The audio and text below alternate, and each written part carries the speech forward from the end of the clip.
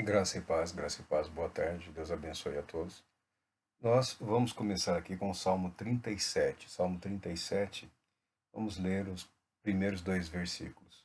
Não te indignes por causa das más pessoas, nem tenhas inveja daqueles que praticam a injustiça, pois eles, pois eles em pouco tempo secarão como o capim, e como a relva verde logo murcharão. Graças a Deus pela sua palavra. Nós temos falado aqui de uma proposta, de um projeto de espiritualidade, estamos falando sobre a necessidade de confiarmos na pessoa certa, né, no Espírito Santo, de estabelecermos padrões, e métodos e diretrizes com vistas ao que a palavra de Deus nos ensina, aceitarmos a verdade da palavra de Deus. Mas quando nós falamos de espiritualidade, espiritualidade de vida cristã, né, de vida de retidão, vida que busca um caráter transformado, renovado, à semelhança, né?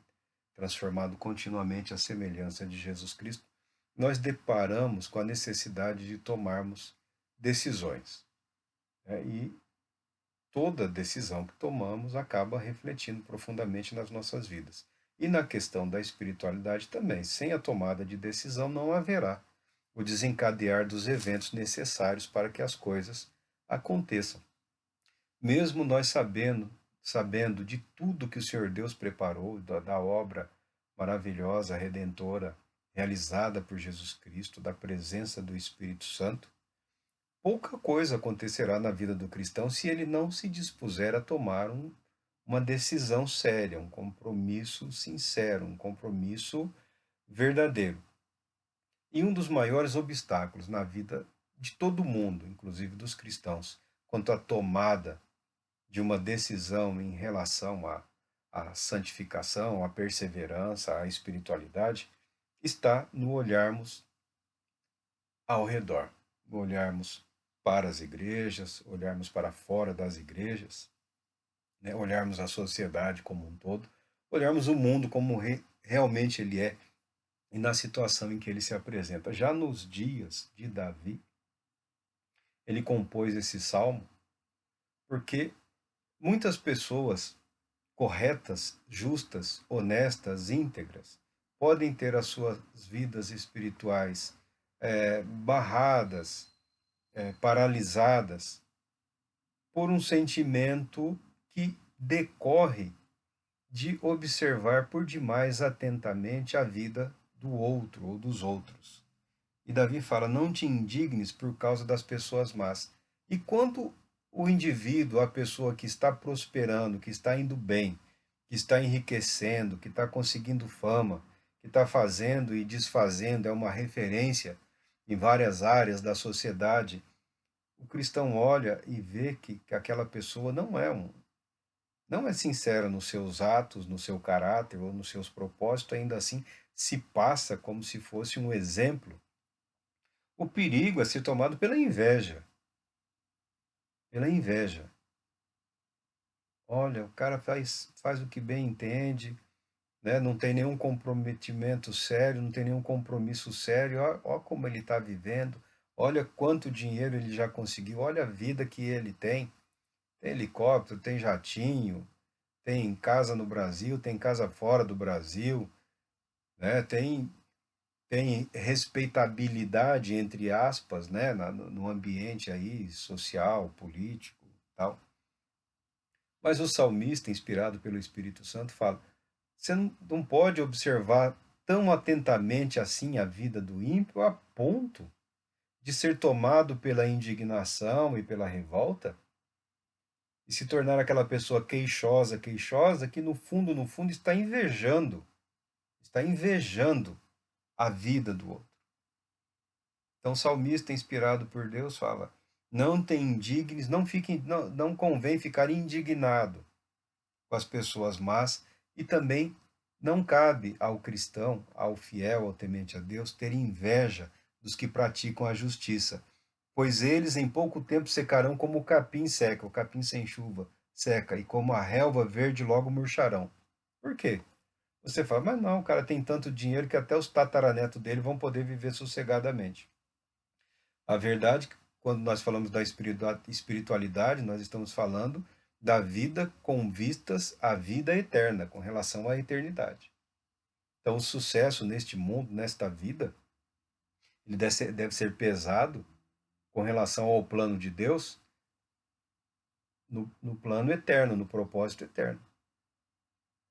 Por mais longa que seja a vida humana nos dias atuais, 120 anos ou alguma coisa assim, 130, quase que na marra ou por erro de registro, não se compara com a eternidade. A eternidade. O temente a Deus, o fiel, ele deve sempre se lembrar das questões, dos assuntos eternos, para não ser contaminado pelos ciúmes e tentar copiar os métodos, né, as manias, os maus costumes, né, os projetos ambiciosos de outros.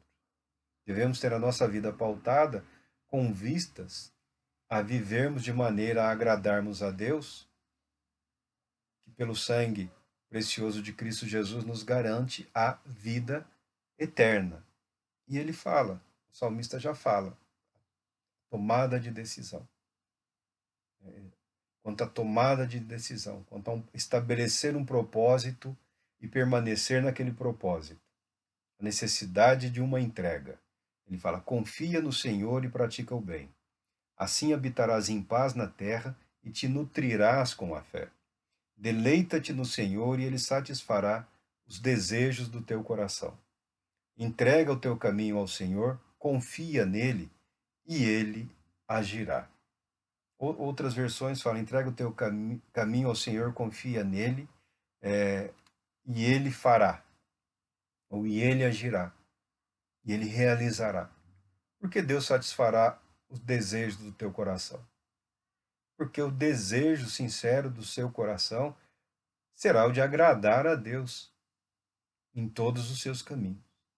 Isso é possível? É possível sim. A palavra de Deus assim o declara. E o Espírito de Deus assim moveu homens santos para deixarem isso declarado. O que não acontece é o que algumas pessoas fantasiam ou deliram, de que a vida de espiritualidade, de que a vida cristã, que a vida de perseverança é isenta de dificuldades, de tropeços, de perseguições e coisas do gênero. Tá? Isso em nenhum lugar da Bíblia, em nenhum lugar da palavra de Deus está afirmado. Mas está escrito, entrega o teu caminho ao Senhor, confia nele e o mais ele fará. É possível desenvolver uma espiritualidade que envolve todo o ser humano? É claro que é possível, não só é possível, como é desejável.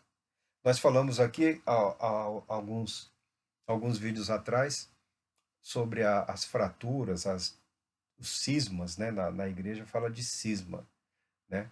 Que ocorreu na igreja a uma certa altura, a igreja ocidental e a igreja oriental. Depois a igreja ocidental passou por uma outra ruptura, né? Que foi a reforma protestante. Né? Hoje, está à tona, está aí acontecendo, debaixo do olhar de todos, da vigilância de todos, uma nova ruptura, né? Que as pessoas chamam aí de teologia da libertação. Né? A teologia da libertação é um viés político, né? Uma proposta política para a vida cristã. Ainda que tenha ideias bonitas e interessantes, ela é uma perspectiva, ao que tudo indica, em parte contaminada por algumas concepções materialistas.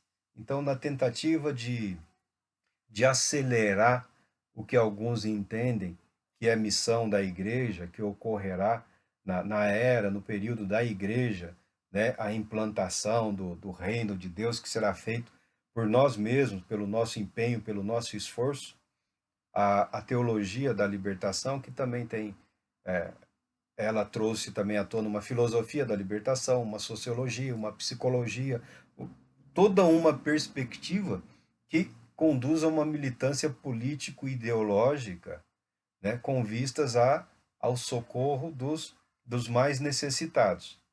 Pelo menos essa é a bandeira apresentada.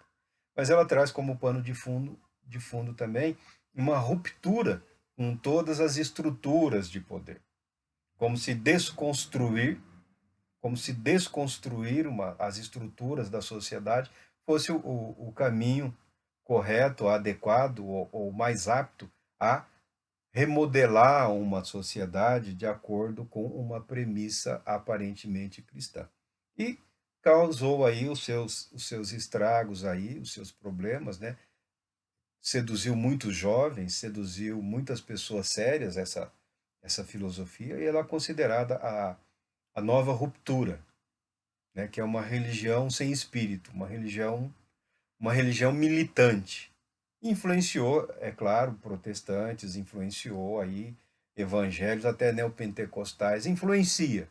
Influencia sim, porque os homens que estão à frente dessa ideia são homens cujas mentes são muito capazes, muito aptas, né? Homens que acreditam ou que estão dispostos a dedicar energia, força em acreditar num projeto dessa envergadura. Causou males, continua influenciando, mas não sabemos em que resultará.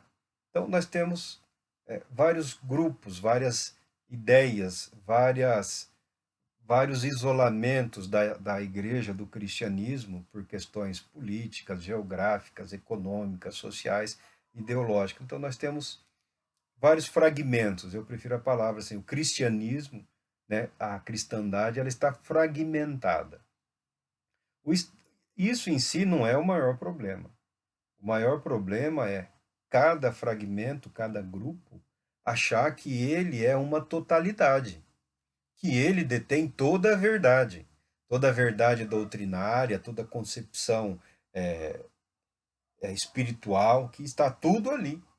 Cada um dos movimentos que você parar para estudar, eles se interpretam como sendo o remanescente, o único remanescente, e alguns são, até certo ponto, bastante radicais em acreditarem que eles são o único remanescente fiel e que só eles são o grupo de indivíduos que herdará o reino de Deus. E entre esses tem aqueles que querem construir o reino, né, à força, à força. Muito embora a palavra de Deus não avalize, não autorize ninguém a pensar dessa maneira. Por isso nós falamos das várias concepções, por isso que começamos também por Apocalipse. Por que por Apocalipse? Apocalipse é a declaração de Jesus Cristo com relação a todo e qualquer empenho humano de construir uma sociedade idealizada, uma sociedade melhor. Porque o ser humano sempre acaba chegando à conclusão de que o que impede o desenvolvimento do seu grupo, da sua sociedade, o que impede a prevalência da paz, da harmonia, é a existência do outro. E, via de regra, chegam à conclusão de que, para termos uma vida segura, uma vida saudável, né, até religiosamente equilibrada e saudável, acabam chegando à conclusão de que o melhor caminho é eliminar o outro grupo, ou as outras pessoas, ou aqueles que não compartilham das suas perspectivas e posições. Esse é, via de regra, o estado em que se encontra as sociedades humanas ao longo do tempo. Ora mais pacificadas, ora mais tranquilas, e outros momentos se matando. E o cristão olha para a esquerda, olha para a direita, olha para cima, olha para baixo, e fala: espiritualidade, eu, integridade, eu, vida de oração para mim, suportar anos estudando, meditando, me submeter a um treinamento, me submeter a discipulado, me submeter a anos de um seminário que a maioria, ou uma faculdade teológica, a maioria no Brasil, nem sequer possui a disciplina chamada espiritualidade, o que tenta suprir de alguma maneira essa área são o conhecimento secular da psicologia, né? As psicologias que estão aí para ajudar as pessoas é o que você apresenta como material de formação para os ministros, para os sacerdotes.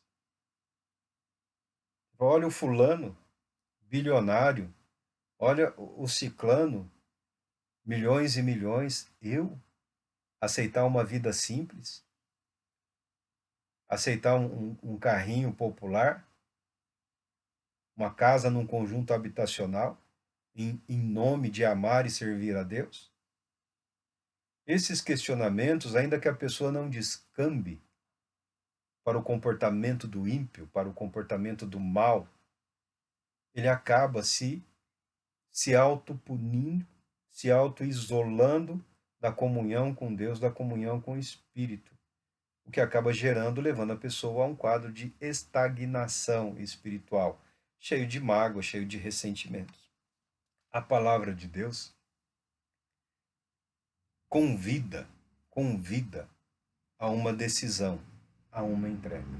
Quando nós falamos de espiritualidade, um projeto de espiritualidade, nós não estamos pensando em pegar material deste ou daquele grupo, como nós já falamos, são vários, são várias ilhas, quase que, de cristãos mundo afora.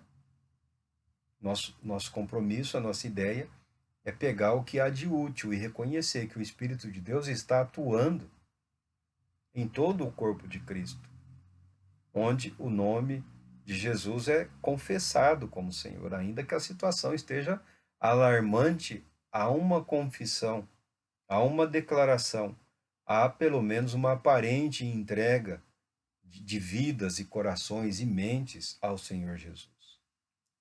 Quando nós falamos de espiritualidade, nós falamos de uma vida de esperança e de uma esperança viva. O nosso Deus é o Deus que ressuscita mortos. O Espírito de Cristo é o Espírito da ressurreição e é o Espírito de vida.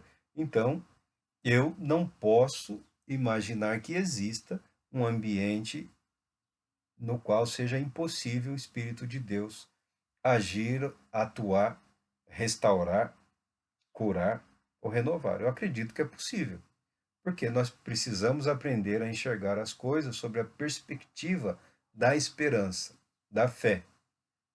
Porque olhando sob esse prisma, sob essa perspectiva, nós conseguimos seguir adiante.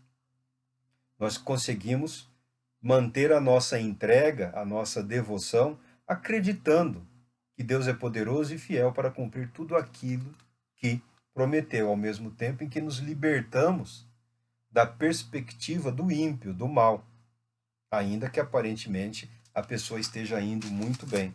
O salmista continua dizendo aqui, no 6, ele exibirá a tua justiça como a luz e o teu direito como o sol ao meio-dia. Aquieta-te diante do Senhor e aguarda por ele com paciência. Não te irrites por causa da pessoa que prospera, nem com aqueles que tramam perversidades. Não fala para sermos indiferentes em relação ao que é errado, ao que é mal.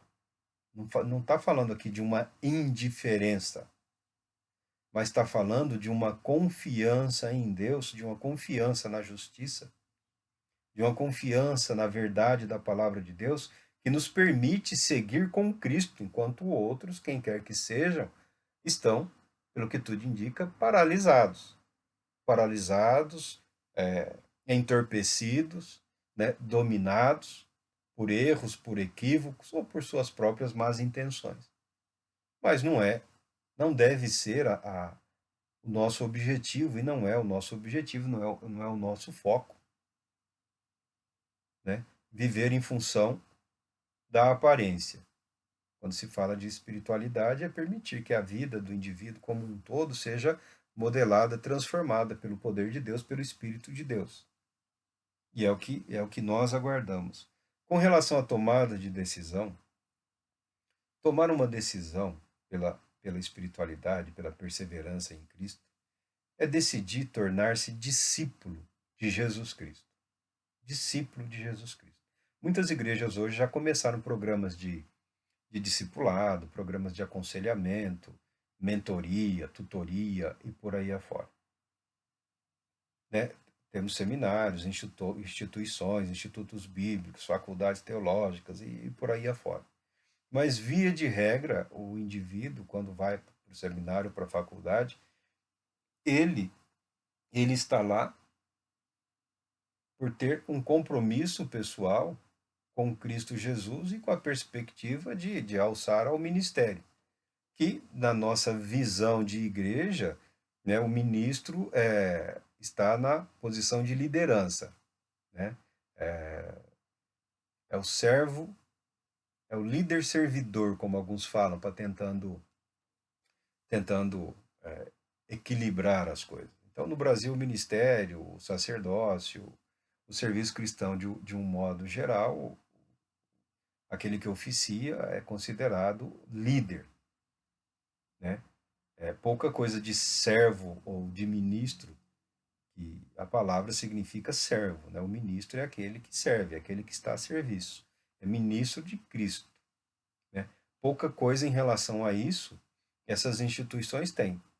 Como nós já falamos, a maioria sequer tem uma perspectiva de um projeto de espiritualidade ou um projeto de discipulado, né? O aspecto do doutrinamento, né? Aqueles ensinam, eles. A Bíblia ensina, mas nós aqui entendemos que é assim e assim sempre foi e assim será. Então, nós não estamos falando disso. Nós estamos falando de uma proposta de crescer em Cristo, de permitir que a sua vida seja um instrumento de adoração a Deus e de serviço a Ele, não importando qual seja a atividade que você desenvolve. Se é magistério, se você é um profissional liberal, se é sacerdócio, o que é? A perspectiva da espiritualidade, ela vai além das questões da ambientação religiosa ou profissionais. Para que essas decisões sejam corretas, para que elas tenham um resultado equilibrado, nós precisamos saber que discipulado também significa discípulo é aquele que busca sabedoria para a vida. O discípulo cristão é aquele que busca em Cristo sabedoria para viver em Cristo, para viver em conformidade com a vontade de Jesus Cristo.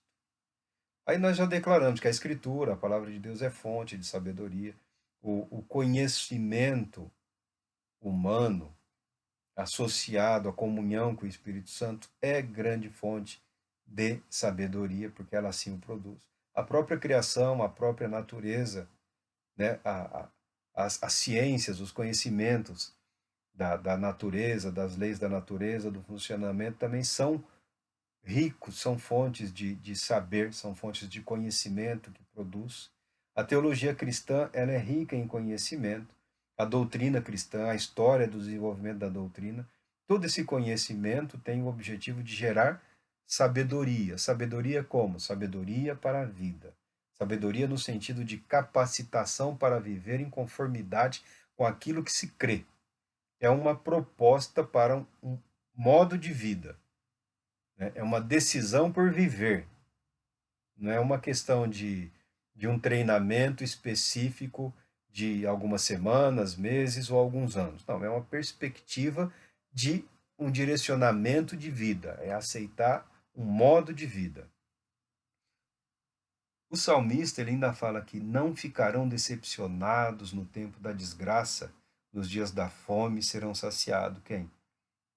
Aqueles que confiam no Senhor. Porque o Senhor zela pela integridade das pessoas íntegras e sua herança permanecerá para sempre. A descendência será abençoada. E o texto também diz aqui: pois o Senhor ama quem pratica a justiça e não abandona os seus fiéis. Estes serão resguardados para todo sempre, mas a descendência dos ímpios será exterminada. Então, há um convite para depositarmos a nossa confiança irrestritamente em Deus. Confiar em Deus. É uma entrega. Essa entrega é sempre uma decisão difícil. Entregar-se é difícil. Entregar a sua mente, as suas emoções, a sua vontade, o seu querer, é difícil. Haja vista as dificuldades que todos enfrentam no relacionamento, no casamento. Porque o casamento é um relacionamento de entrega. O compromisso de amar é um compromisso de entregar-se. E por isso, muitos relacionamentos nunca deram certo, muitos nunca deram certo, alguns acabaram logo, outros foram difíceis a vida toda, e muitas pessoas, mesmo vivendo juntas, mesmo se amando, nunca foram de fato totalmente felizes e nunca experimentaram totalmente o conceito do que é esse amor que se entrega. Por quê? Porque nunca se entregaram totalmente. Há uma entrega física, né? Há uma entrega de compartilhamento de algumas ideias de vida, de alguns sonhos, de filhos, de trabalho, mas não há uma entrega no sentido de doar-se completamente, né? Intelecto, vontade e emoções. Isso muitas vezes gera os ciúmes, gera os ciúmes, gera os ciúmes. Por que gera os ciúmes?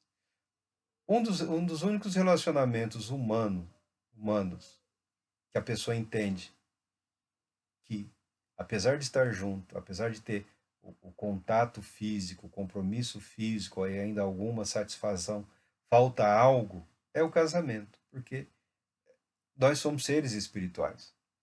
O ser humano é um ente espiritual.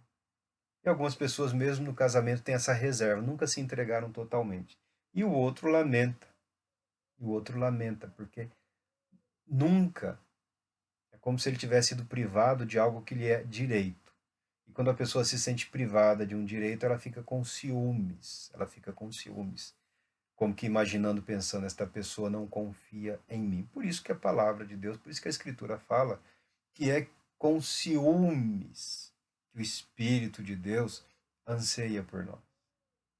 Porque a entrega foi feita, a entrega foi realizada no que diz respeito à obra de salvação. Jesus Cristo entregou-se. Jesus Cristo voluntariamente entregou a sua vida, decidiu espontaneamente morrer pelos nossos pecados, pela nossa salvação. O Espírito Santo foi dado. O Espírito Santo foi enviado para renovar as nossas vidas, para transformar as nossas vidas, para nos conduzir à maturidade em Cristo. Agora, muitas vezes o cristão não se entrega.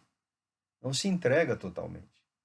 Entrega suas emoções, às vezes, para uma igreja mais emotiva, ou entrega o seu intelecto para um ambiente mais intelectualizado, entrega a sua vontade para alguma aspiração político, social. Mas, na maioria dos casos, a pessoa nunca entregou tudo. Nunca entregou a si para esse outro totalmente santo e amoroso, que é Jesus Cristo. Nunca houve uma entrega total e completa do ser humano. Mente, intelecto, vontade, emoções, consciência de si mesmo, consciência do mundo ao seu redor, a determinação, a capacidade de determinar, de se autodeterminar, de decidir como, quando e por que vai agir. Muitos cristãos nunca completaram essa entrega, iniciaram, mas em algum momento recuaram por temer, né? Por mágoa, por ressentimento, por ódio, pelo que viveu ou pelo que está vivendo, ou pelo que imagina que viverá. Mas essa decisão, ela é fundamental, essa decisão, ela é importante. Nós não podemos dizer que essa decisão é tudo, porque ela é tudo. Ela sempre foi tudo. Ela sempre foi o primeiro passo, o segundo passo, o terceiro passo, o quarto passo. A caminhada cristã é decidir-se constantemente, entregar-se totalmente ao Senhor e Salvador Jesus Cristo. É um ato de entregar-se continuamente. não é a questão de levantar a mão, repetir uma oração ou caminhar até a frente. Não, não, não. É uma entrega permanente, constante. Essa decisão, ela nos leva a reconhecer o amor de Deus, a aceitar a necessidade de arrependimento, a nos conscientizarmos de que o pecado é real, aceitar verdadeiramente que o sacrifício de Jesus Cristo na cruz tenha efeito sobre as nossas vidas, nos purificando dos nossos pecados. Nos leva à aceitação de que foi a ressurreição de Cristo Jesus que nos proporcionou a possibilidade de uma nova vida, de uma vida plena e abundante. Essa consciência, essa entrega nos leva a fazermos a boa confissão. Reconhecer a necessidade de compromisso e comprometimento com o nosso Senhor. Quando a entrega for verdadeira, constante, isso nos levará a interpretarmos também um evento magnífico da igreja, né, que é chamada Grande Comissão, de uma maneira diferente, de uma maneira diferenciada. O Evangelho de Mateus, no seu capítulo 28,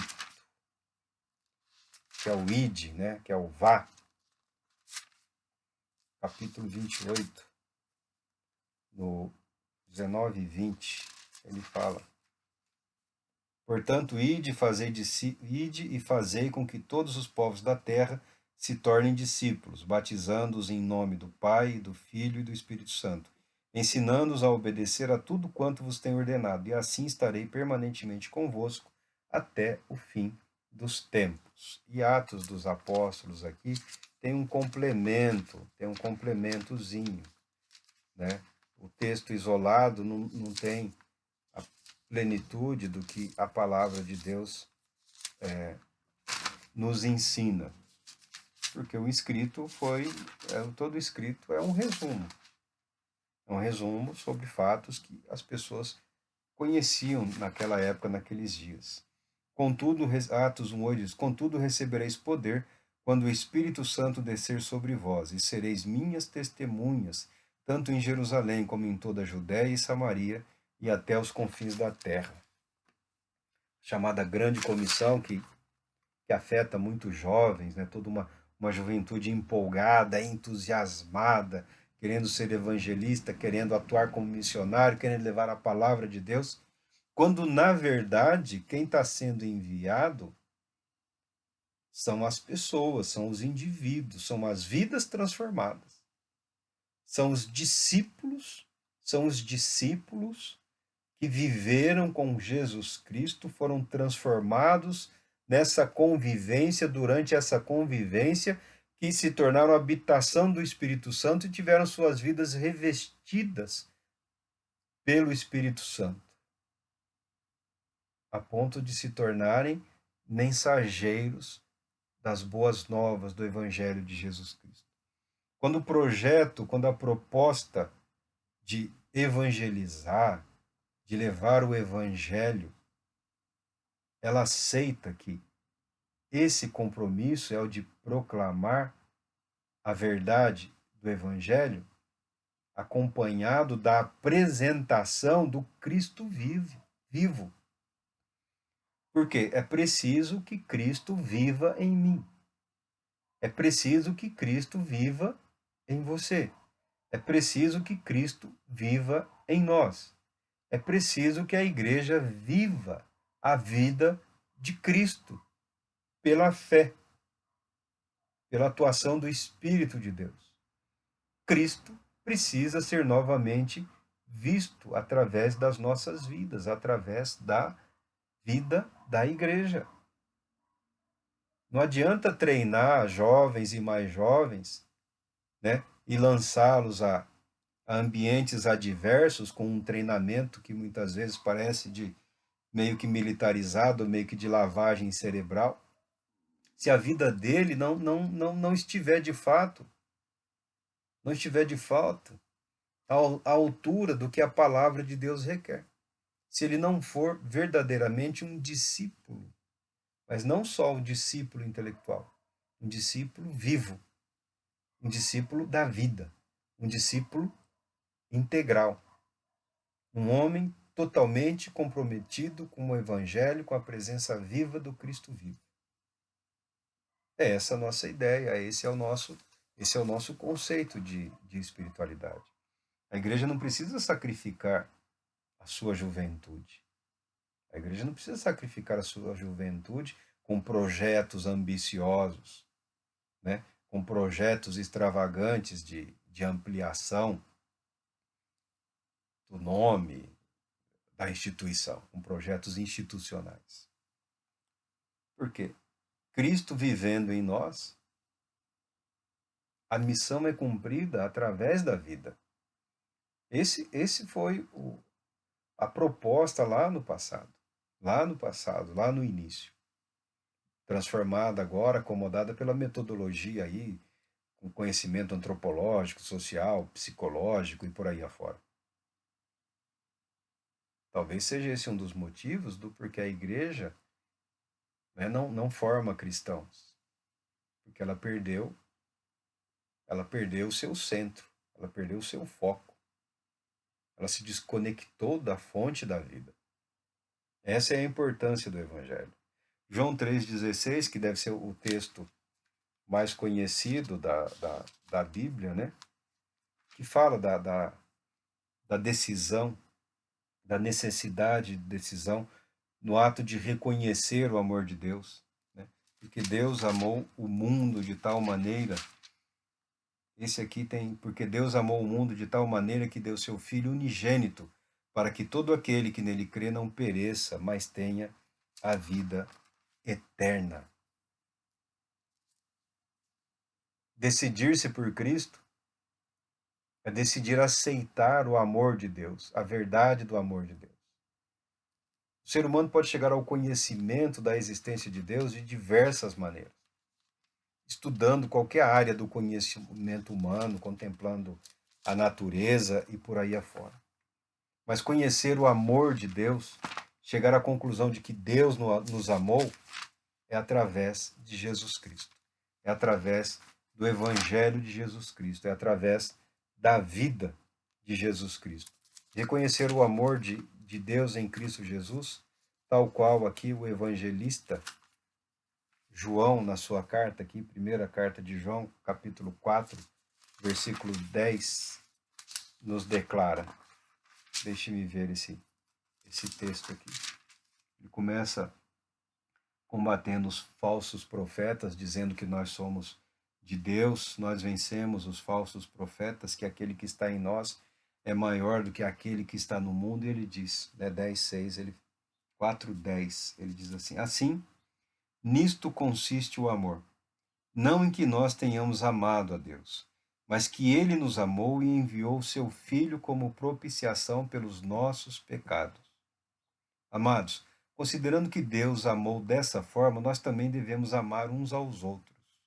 Ninguém jamais viu a Deus. Se amarmos uns aos outros, Deus permanece em nós e o seu amor é aperfeiçoado em nós. Reconhecer o amor de Deus. Reconhecer o amor de Deus.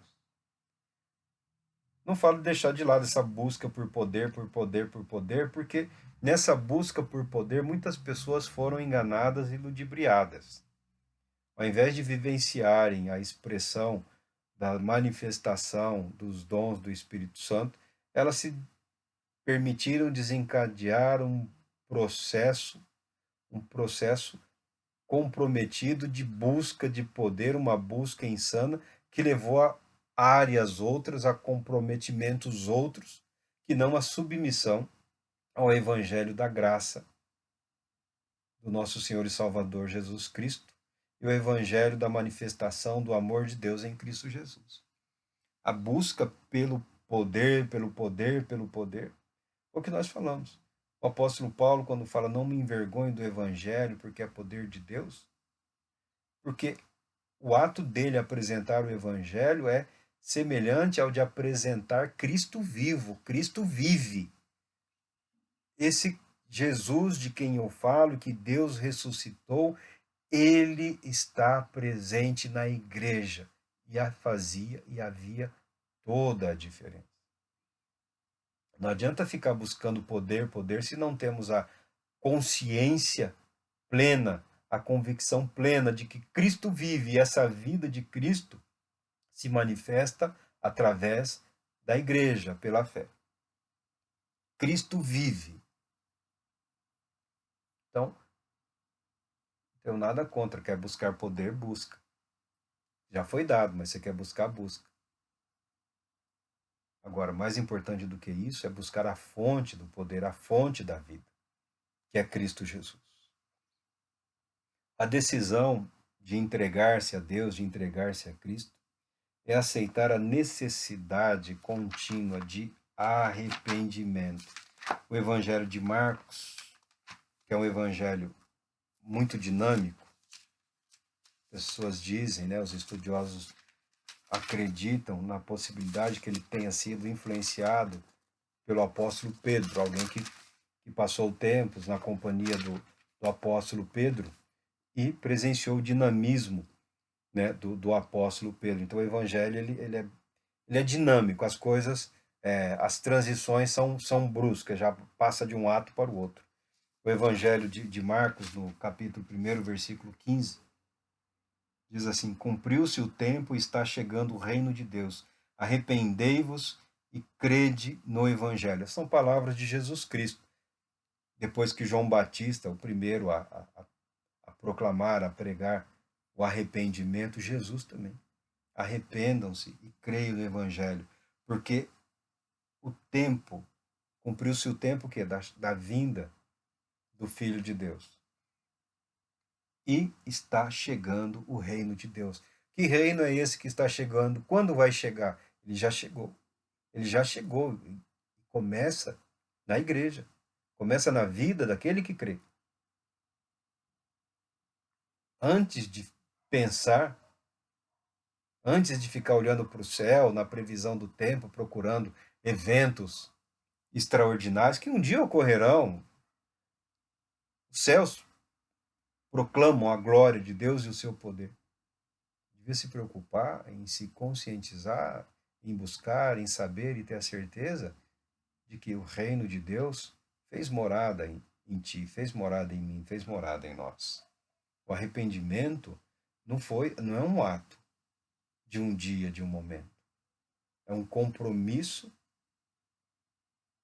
numa vida de submissão à verdade da palavra de Deus. O sacrifício de Cristo Jesus na cruz surtiu o efeito necessário e aceitar isso. A busca pela espiritualidade não é construir uma escadinha para chegar aos céus. Não é criar uma topografia, né? Não é fazer uma caminhada, uma maratona, ou 100, 200 quilômetros, ou visitar lugares. Não. O caminho já foi preparado. Os céus veio até nós, através de Cristo Jesus. O perdão veio até nós, através de Cristo Jesus. A salvação foi nos dada gratuitamente através de Cristo Jesus. O Espírito da vida foi dado gratuitamente através de Cristo Jesus. Nós precisamos decidir pela entrega das nossas vidas a esse Deus e Cristo, para que a vida de Cristo transforme e mude as nossas vidas.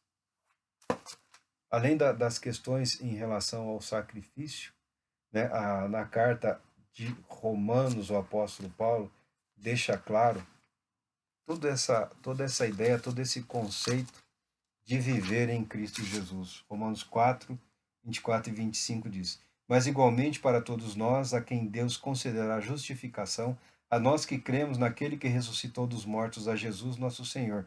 Ele foi entregue à morte para pagar todos os nossos pecados e ressuscitado para a nossa completa justificação. Então, a nossa ideia, o nosso conceito, né, o nosso projeto, a nossa proposta de espiritualidade como modelo de uma vida cristã, ela inclui o compromisso discipulado, do tornar-se discípulo de Cristo.